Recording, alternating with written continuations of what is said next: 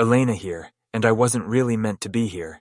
Already in their late 40s with a teenage daughter called Chloe, my parents were quite happy with their family. We weren't expecting you, my mother would often say, not with any hostility, but rather as a matter of fact, like remarks on the temperature. If it wasn't for your grandparents, she would falter, leaving the unspoken inference floating about.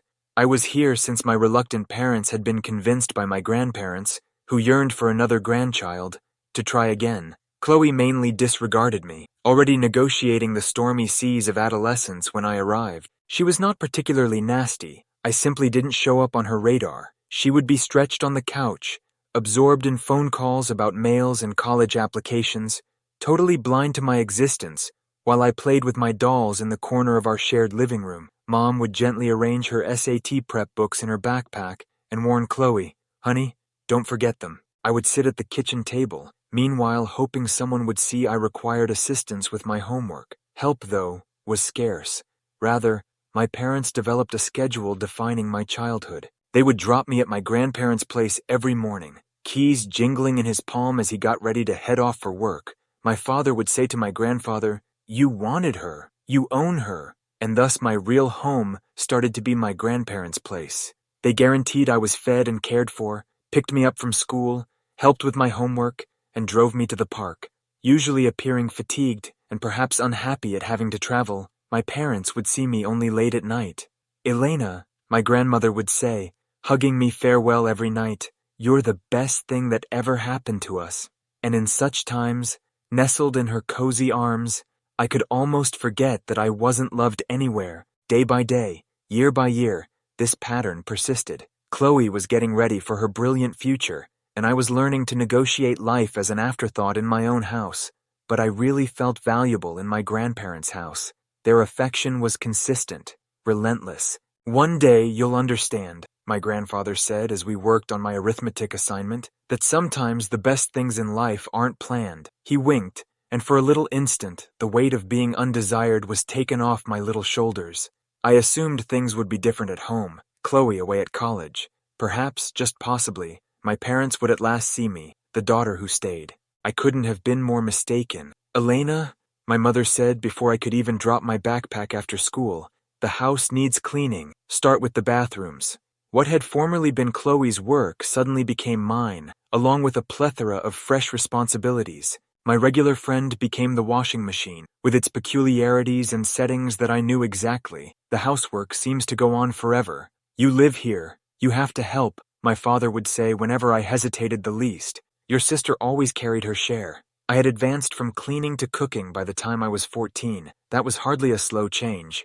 My mother quit cooking dinner one day just out of habit. One morning, "You're old enough now," she said. "We get home from work expecting dinner ready." That first evening I made spaghetti, somewhat overdone, but still delicious. Silent eating is what my parents did.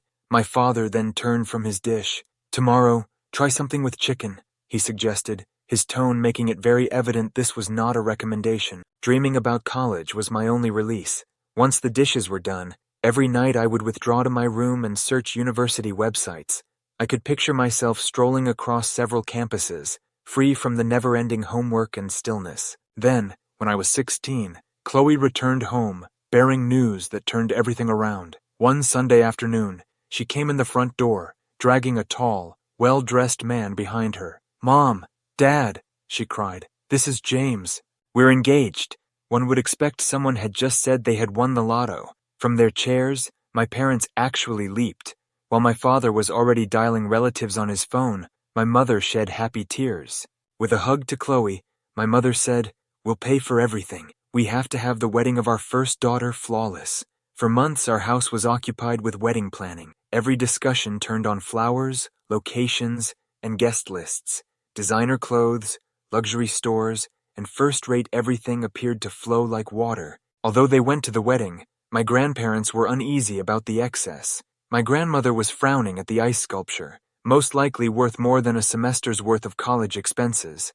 Grandfather simply nodded at the champagne fountain, but they kept their ideas to themselves. 2 years later, I was sitting at our dinner table surrounded by 3 acceptance letters for colleges. I had been admitted to all of my top picks after years of playing Cinderella, while keeping straight A's.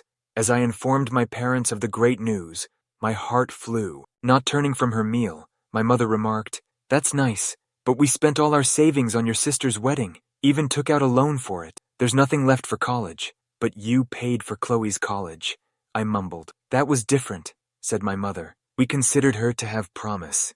The quiet around the dinner table was intolerable. As my parents carried on eating as if they hadn't simply broken my hopes, my admission letters felt weighty in my palms.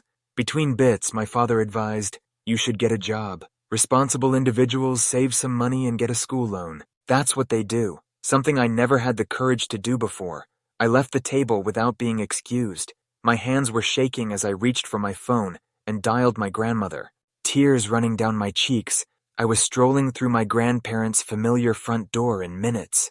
"Oh, sweetheart," my grandmother drew me into an embrace as I related the talk I had with my parents, my voice choked with emotions. As my grandfather listened, his countenance got austere, yet I could not quite make sense of a gleam in his eyes.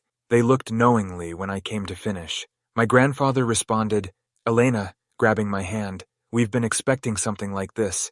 Uncertain, I questioned, "What do you mean?" "We knew they might do this to you," my grandma said. "We watched how they had treated you all these years, how they spent money on Chloe's education, her wedding." Rising, my grandfather went to his study. He was clutching a folder when he got back. "We have been saving for your education since the day you were born," he remarked, opening the folder to show bank records. "You are covered. You can pick any of those 3 colleges." I went home that evening and started packing. Just what I needed, not everything. When I told my parents I was moving in with my grandparents, they hardly turned around from their TV downstairs. My mother said, staring fixedly at the television, "Whatever you think is best." Was that relief heard in her voice? The next several weeks were a haze of college getting ready. I decided to look at finance. Seeing my parents mishandle money had somehow inspired a passion in following the correct path. From paperwork to supply purchases, my grandparents assisted me with every detail. Starting classes that fall felt like entering another universe when at last I did. Though the content was difficult, I loved every minute of it. Every class seemed like a step from my former existence toward something better. My lecturers saw my excitement, and soon I was following them after class to go over difficult financial ideas. Someone else than my grandparents spotted actual promise in me, first in my life. My second year of college was in full swing when my grandma phoned with some intriguing information regarding Chloe. "Your sister's having trouble," she reported on one of our weekly calls. "James cannot seem to hold down a job. Her marketing career is not taking off as expected. They are constantly asking your parents for money. Her telling me they were getting it startled me not at all. Your mother emptied her retirement account last month to help them with rent," my grandmother said with a sigh. "They simply cannot say no to her." The situation deteriorated a year later. Even with my parents' assistance, Chloe and James found they could no longer make rent. They returned to my former bedroom, the one I had spent years keeping immaculately clean. I could not lose the irony in it. I was flourishing in other respects. My teachers had arranged for me to intern at elite financial companies, where I found I had a natural ability for deciphering challenging financial problems. Every difficult project strengthened my confidence in my choice of direction. "You have a natural sense for this," my Morgan Stanley performance review supervisor said. "We would dearly love to have you back next summer." I lowered my head and concentrated on my studies, hardly thinking of my family save on calls to my grandparents. But the moment I walked through their door when I visited them in my senior year, I knew something was amiss. Usually quick with a joke, my grandfather sat silently in his armchair. My grandmother's normal friendly grin appeared forced. The house weighed with unsaid words. Over dinner, I inquired, "What's wrong?" as they pushed food about their plates. "And you both too well. Don't tell me it's nothing." They looked at each other, the one I had seen too many times before, the one meant to indicate they were trying to shield me from something. Eventually, my granddad spoke. "Your parents came to see us last week," he remarked, his voice strangely weary. "Early on, they sought their inheritance." "What do you mean?" I dropped my fork. "They run afoul of the banks," my granny said. "Multiple loans, credit card debt. They stated they needed $200,000 to avoid bankruptcy." I couldn't hold the wrath from my voice. "And you gave it to them?" My granddad nodded. "We had to, Elena. Though everything, they are still our daughter and son-in-law. But it was most of your savings." I got rather angry. After all they had done, after how they continued to let Chloe act irresponsibly, after how they handled me. Sweetheart, my grandma crossed the table to grab my hand. We know you're offended, but what's done is done. We'll be fine. I couldn't help, though, feeling enraged. My parents, who had never had money for my schooling, treated me like a servant and had the arrogance to ask for money from the only individuals who had ever really looked out for me, all because they couldn't control their own finances or say no to Chloe. It pays off to work hard. Equipped with stellar recommendations from my teachers and outstanding internship experiences, I found work at one of the top financial firms in the city following graduation. The beginning pay exceeded my dreams for income. I came upon a little one-bedroom apartment that was nothing fancy but safe and clean. Every morning I would get up glad I had not had to make breakfast for anyone but myself. My career bloomed. I put myself into every fresh task and received incentives and promotions unthinkable to my younger self. I had enough saved for a down payment on my own house a few years ago. The day I signed the mortgage paperwork, I couldn't help but think of my parents and Chloe, who had never handled their money sufficiently to acquire real estate. Not that they knew of my accomplishment. Years had gone by without our speaking. Then arrived the call that fundamentally changed everything. Grandfather had had a major heart attack. He was gone by the time I arrived at the hospital. Having been at his side for more than 50 years, my grandmother seemed to lose her spark after that. Less than 2 months later, she followed him. As I was planning my grandmother's burial, I heard a familiar voice behind me in the funeral parlor. "Elena, would you like some assistance with the plans?" Turning to find my mother there, I noticed she looked older and more fatigued than I had recalled. Something in her expression made me hesitate, even though part of me wanted to tell her to go. "Sure," I heard myself say. "That would be pleasant." As we scheduled the service, my parents started to open over the next several days. They admitted they were having trouble. Financially, retirement had not been friendly. One time we were choosing flowers when my father admitted, "We barely make ends meet." And with Chloe's twins. Twins! This was news to me. "Yes, 4-year-olds, my mother shot in. "Such beautiful boys, but they still cannot manage on their own. We help where we can. Chloe and James still need a lot." I nodded, maintaining a blank look. There are some things that never change. We met in a wood-paneled office for the will reading 1 week after we placed my grandma to rest. Sitting across from my parents, Chloe and James slumped in chairs next to one another. The room smelled like old papers and furniture polish, and there was enough tension to cut with a knife. Mr. Patterson, the notary, corrected his glasses and started reading monotonously. I expected the typical legal language, but what followed caused everyone to straighten out. "To our beloved granddaughter Elena," he said, "we leave our house at 1542 Maple Street and the sum of $150,000. The quiet that followed was absolutely deafening. Chloe opened her mouth, and my mother grabbed my father's arm so firmly her knuckles became white. Mr. Patterson cleared his voice and then went on. "And a personal note from Mr. Henderson to his daughter Margaret," he said, staring at my mother. "Margaret, remember that we gave you $200,000 when you most needed it. This is our final decision, and we trust you will respect it, as we respected your needs." My mother's cheeks turned hot, then turned pale. My father fixed his gaze on the floor, while Chloe and James exchanged troubled looks. My parents came to me in the parking lot once the notary completed and grabbed his paperwork. Their expert attitude during the funeral preparations vanished, replaced by something like desperation. With her voice shaking, "Elena, honey," my mother said, "you have to understand. We always thought we would inherit the house. We were counting on it." My father said, "We're struggling," raking his fingers through his gray hair. "We could really use the house, the mortgage, Chloe's family's expenses." Looking at both of them, I remembered all the years of neglect, the continual reminders I wasn't wanted, and the denial of aid with my education. "No," I responded with great conviction. "The house is mine. Grandma and Grandpa wanted exactly this." They kept asking, trailing me to my car, but I stayed strong. Chloe also jumped in, mentioning how her lads wanted a yard to play in, but I just got in my car and left. 1 week later, my phone rang. It was my mother asking me to drop over for dinner. She sounded to have something distinctive, maybe humble. Against my better sense, I agreed. Though everything looked shaggier than I recalled, pulling up to my childhood house felt like traveling back in time. The previously immaculate grass was spotty and overgrown. The paint was flaking. The gutter sagged. Inside the house was packed but orderly. James half-heartedly begged Chloe's twins, Tommy and Jake, to calm down while they ran circles around the living room. The lads looked great. They had James's curly hair and Chloe's eyes. "Elena," my mother said, dragging me into a clumsy hug. "We made your favorite, pot roast," I said automatically. "That's not my favorite. That's Chloe's favorite." An awkward quiet descended, disturbed by my father clearing his throat. "Well, why don't you tell us what your favorite food is?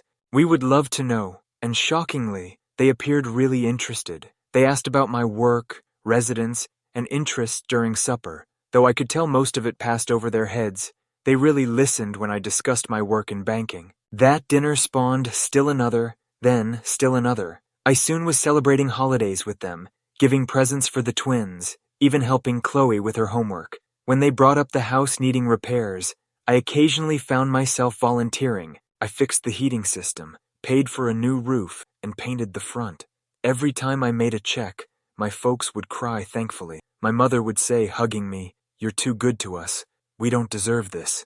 Though I would think, "You're right." I never said it aloud. Because even with all the years of suffering and neglect, some tiny part of me yearned to think people could change. The years passed, and my career kept growing. Every promotion presented fresh chances, and my portfolio of investments changed significantly. My connection with my parents appeared to get better in parallel. Both over 70 now, they were getting older, and I started to want to do something significant for them. "I've been thinking," I began during one of our Sunday dinners, as I watched my father get up from his chair. "This house isn't really appropriate for you anymore. I want to buy you a new house. Something single-story with a nice garden but easier to maintain. Something that would be comfortable for your retirement years." Their response startled me, real tears of delight. After house hunting together for a few weeks, we at last came upon the ideal location, a gorgeous ranch-style house in a peaceful area with large doorways and no stairs. My folks kept chatting about how delighted they were, even after I closed my checkbook. "We have to have a suitable housewarming party," my father said. "Let us organize everything. It's the least we can do." "That would be fantastic," I said, thinking of showing them the deed during the celebration. "Just let me know when." Years went by. Though I was working, I kept expecting an invitation. When nothing turned up, I began wondering about the date. "Oh, we are still planning," my mother would say. "You know how these things take time. We want it to be perfect," my father would say. "We'll let you know soon." Something about their evasive answers bothered me. One evening, following another distracting phone call from my mother, I was typing Chloe's name into Facebook. Years had passed without looking at her profile. We had no social media connection. Just hours before, it was posted that there was, "So excited for Mom and Dad's housewarming party this Saturday. The house is gorgeous. Can't wait to celebrate with everyone." Relative and friend, comments abound on the post, all attesting to attendance. Pictures revealed caterers booked, decorations being set up. This was not a last-minute meeting. Weeks had gone into planning. My hand quivering slightly, I phoned my mother. "Hi, Mom," I said, keeping my voice laid back. "Just checking in regarding the housewarming party. Have you yet assigned a date?" She said deftly, "Oh, honey, not yet. Probably in a couple of weeks. We're still working out the details. We want everyone to be able to come." Everyone else except me, evidently. I parked my car 1 block from the house I purchased Saturday. Laughter and music flowed across the nighttime air. I could see scores of people milling about through the big front windows. Acquaintances of my parents, relatives I knew, and Chloe's social circle. Of course, the front door was unlocked. Everybody but the house owner was expected by them. I slipped in silently, tracking the sound of my father's voice into the living room. "And after all these years of hard work, we finally did it," he said to a gathering of focused listeners. "Bought our ideal house. Don't forget about Chloe," my mother pointed out boldly. "She helped so much with the down payment. Such a wonderful daughter, always taking care of her parents. Unlike some people," my mother said deliberately. "You know, our younger daughter hasn't helped us at all. Probably too busy with her career to care about family." Watching this performance, I stood in the doorway as heat sprang to my face. Chloe grinned next to them, her 7-year-old twins dashing between the visitors to the house. "I purchased visitors," I said loudly, actually, and everyone jumped. "I find you to have that backwards." The color washed from the faces of my parents. Whispering flowed across the gathering. Guests turned to gaze at me. "Elena," My father's smile strained as he recovered first. What a surprise. I'm sure it is, I said, walking inside the room, especially since you omitted inviting me to the housewarming party for the house I bought. Dead quiet swept over the space. Suddenly, Chloe's husband developed great interest in his shoes. Well, my mother said, her voice edged, what's done is done. You bought it. Yes, but it's ours now. You cannot expect lifetime thanks. That's right, my father said, gathering confidence. And rightfully, you're not welcome here. This is a family gathering, and Chloe and her family will be living here too, my mother declared. They've already sold their house. It's all arranged. I laughed, a chilly, hard sound that made several guests back off. Pulling a folder from within my bag, you appear to be confused about something, I remarked, opening the folder to show the deed and ownership documentation. This house belongs to me. I never signed it over to you. I was planning to gift it to you tonight, at what I thought would be a proper housewarming party. Her face turned from pale to ashen. My dad began to stutter, turning to the shocked attendees. And now, I said, now I'd want everyone to leave. This is my house, and the party's over. You can't do this, shrieked my mother's voice. You are your parents, I responded softly. No, you're just the people who gave birth to me. My real parents, my grandparents, taught me that family means more than blood. They also taught me about finances. Thus, I own this house, and you don't. They left in tears. My parents, Chloe, James, the twins, and all of their guests.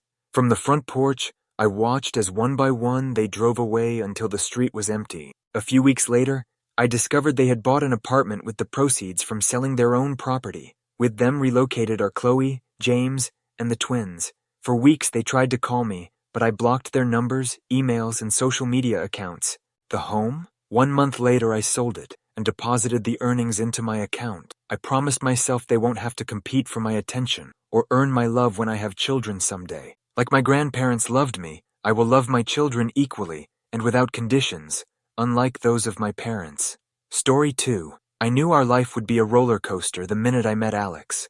AmITheA, always the kind to organize everything, was the one who, by 25 I had a decent career as a marketing manager, a nice apartment, and a clear view of my future. My guiding principle was financial stability. Alex, on the other hand, was a tornado. He exuded contagious enthusiasm, a cheeky twinkle in his eyes, and a smile that would enthrall the birds from the trees. We gathered at a birthday celebration of a buddy. I was carefully computing the calories in a small quiche by the snack table when he showed up next. You seem to be taking this party very seriously, he laughed, and reached for some chips. I looked up an eyebrow. And you seem to be using the reverse strategy, he smiled. That's the glory of balance, isn't it? We discussed everything and nothing over the following several hours. He shared with me his love of photography, his impetuous travel across the nation, and his conviction that one should grab the day. All at once, it was both thrilling and horrible. Me with my color-coded spreadsheets and 5-year plans. He with his spontaneity and go-with-the-flow approach. Our connection spun like its own whirlpool. One night fancy meals, the following night spontaneous camping adventures. He injected enthusiasm into my orderly existence, and I might have given his some consistency. Not only were the exploits important, though, Alex had this ability to make me feel as though I was the only girl on earth. I would come home after a particularly trying day to find him cooking my preferred dish, a ridiculous smile covering his face. We settled into a nice rhythm and discussed perhaps even marriage and shared living. One issue, though, always lurked in the rear of my consciousness: money. He spent, I was a saver. Eyes glittering, he would remark, "Come on, let's just book that trip to Italy." "Alex, we need to budget," I said, already figuring the possible expense. He would roll his eyes teasingly. "You worry far too much, Amy." Though our differences, I adored him, so I answered right away when he suggested, "Love conquers all, correct?" But seeing his family was when the first fissures showed up. Alex's family lived in a large ranch-style house, tucked amid undulating hills, with a large porch and a tire swing suspended from an old oak tree. It exuded friendliness. I started to flutter with anxiety as we drew into the driveway. I'd heard snippets about his family's extravagant vacations, reckless purchases, and it made my painstakingly budgeted heart skip a beat. George and Mary, his parents, were friendly and inviting. Strong man with a booming chuckle, George clasped me on the shoulder and said, So, you're the one who tamed our wild Alex. Pulling me into a hug, Mary had lovely eyes and a soft smile. We're so happy to at last meet you, sweetheart. Dinner was a lively event. As trays of roasted meats and vibrant salads were handed around, laughter permeated the room. Alex's energetic and sharp siblings related tales of their exploits. Ben, his older brother, had lately come back from a backpacking journey across Southeast Asia. Chloe, his younger sister, was avidly organizing a semester overseas in Paris. "So, Amelia," Ben asked, reclining in his chair, "what do you do?" I said, "I'm a marketing manager. It's difficult yet worthwhile." George said, "Ah, the steady one," winking at Alex. Though the talk went naturally, I couldn't help but note the undercurrent of excess. They talked about fancy clothes, pricey electronics, and weekend trips like they were regular events. It was quite different from my world of frugal living and long-term savings plans. Mary drew me aside later as she was clearing the plates. "Alex has always been a free spirit," she remarked, sounding slightly worried. "He wants someone like you to ground him." Not sure how to answer, I grinned. "We balance each other out," says one. She murmured, "Indeed," stroking my hand. "Just keep in mind, money comes and leaves. You should appreciate it while you are able." That evening, driving home, I developed a knot in my stomach. Although Alex's family was great, their casual attitude toward money bothered me. They seemed to live in another world, one in which money worries were a faint murmur. "Your family is wonderful," I said, "Alex, but their spending patterns are a bit much." He shrugs. "They participate actively and labor hard. That is their way of life. But what about future savings? Regarding crises? What about?" He put his hand on mine. "Don't worry quite so much, Amy. We'll sort things out." Deep down, though, I wasn't sure exactly. The seeds of uncertainty had been sown, and I couldn't get rid of the idea that our different opinions on money, together with the impact of his family, would finally cause problems. The storm clouds drew rapidly together. Alex's panicked phone call at first set the tone, his voice tense with concern. Ben, his brother, had gotten himself in hot water, a gambling debt, a dubious investment gone bad. The specifics were hazy. The debt was shockingly large, and the creditors threatened legal action. There was a family conference called. We convened at their place, the air charged with conflict. George walked the living room, anxiety written on his face. Mary sat on the sofa, her customary enthusiasm replaced by a grimace. Chloe was crying. Even the usually cheerful Ben looked defeated. Alex begged, his eyes glancing at me. "We need to help him. This may ruin him." My brain spun. Their need exceeded what I had in my funds. My safety net, my future, all I had worked for, everything. My voice scarcely a whisper. I muttered, I don't know. "That is a lot of money." Mary stretched forward and grabbed my hand. "Amelia, we understand this is a significant request, but family sticks together, right?" There was a great deal of pressure. I felt as though my love for Alex and my own self were tugging me in two different directions. I agreed to help at last, but only under terms. I would lend them the money, under legally enforceable contract guaranteeing their repayment to me. Though not perfect, it was the compromise I could live with. The following were tight weeks. Alex's family was appreciative, but there was an unwritten assumption that I should just hand them the money without strings attached. I felt like an outsider, my meticulous planning and financial restraint seen as a lack of compassion. Then the unthinkable happened. One morning I saw my bank account empty when waking, every dollar gone. Panic shot through me. When I phoned Alex, his phone went right to voicemail. He wasn't at his place when I drove there. Days stretched into weeks, and Alex still hadn't heard anything. The treachery cuts deep. It was about the damaged trust, not only about the money. The very folks who had welcomed me into their house seemed to have been exploiting me. I called the cops with sorrowful heart. The legal process dragged back all the hurt and resentment I had sought to bury. Slow and agonizing. Alex was found guilty of theft at last. Though he was told he had to pay back the money, damage was done. Our partnership was done, and the dream of a future shared vanished. The results were a blur. Day by day, I concentrated on reconstructing my life. I immersed myself into my work, comforted myself in my friendships, and began to slowly heal. Though it left wounds, the experience also imparted insightful lessons about self-worth, limits, and the need of following my gut feeling. Months later, one evening, I was dining with a friend when I spotted him. Alex here. He seemed leaner, and I had never seen such melancholy in his eyes. He came up to our table, his speech unsure. "Amelia," he began, "I wanted to apologize. I will regret that for the rest of my life. I know I messed up." I stared at him, a whirl of feelings inside me, pity, wrath, gloom. Above everything, though, closure is most important. "I accept your apology, Alex," I murmured gently. "We both know, though, there is no going back." His shoulders slumped as he nodded.